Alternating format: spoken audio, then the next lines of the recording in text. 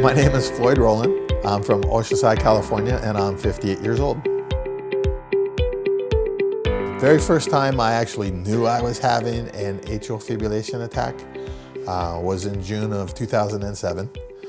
We had just gotten home from a party and my heart just started running. My wife wanted to take me to the hospital. I said no. Then about 6 hours into it, I said, yeah, we better go. And that's when I first ever heard the term AFib, atrial fibrillation.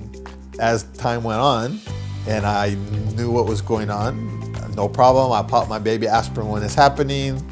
I don't do anything the rest of the day, and I was good.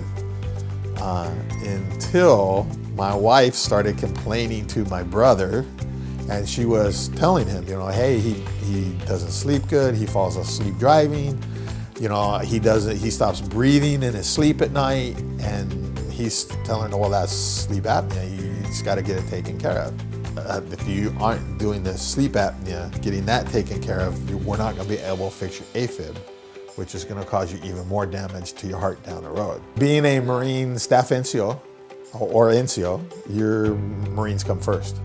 You're always taught in the Marine Corps, you know, you take care of your troops take care of you. You know, so it's just, there's always been that service to others in our family and in the Marine Corps. So it's just natural, there's a natural step to always take care of the family before we took care of ourselves. One guy asked me if it was night and day between using the WatchPat and the in-lab.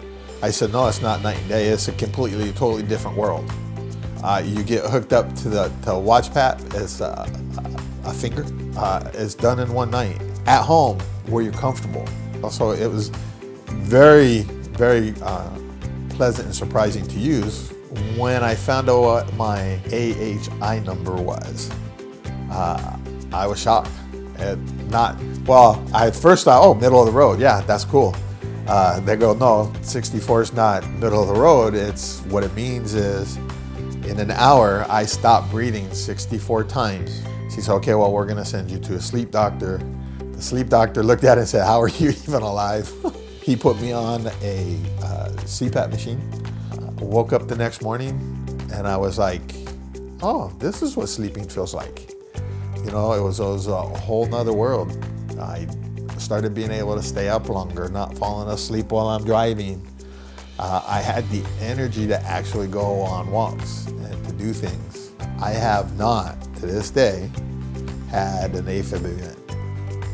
And it's, you know, all started back with getting comfortable enough to do my WatchPat, to get my sleep apnea under control, to get the machine, to be using it and putting my stubbornness aside.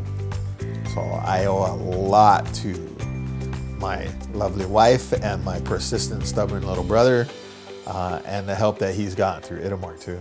Because without that support, I'm sure by now my family history, I'd be dead. So it is a big, big, big difference. And if I would have never gotten the sleep apnea taken care of, I would have never been able to fix my heart so my heart could beat the right way so I could be healthy again.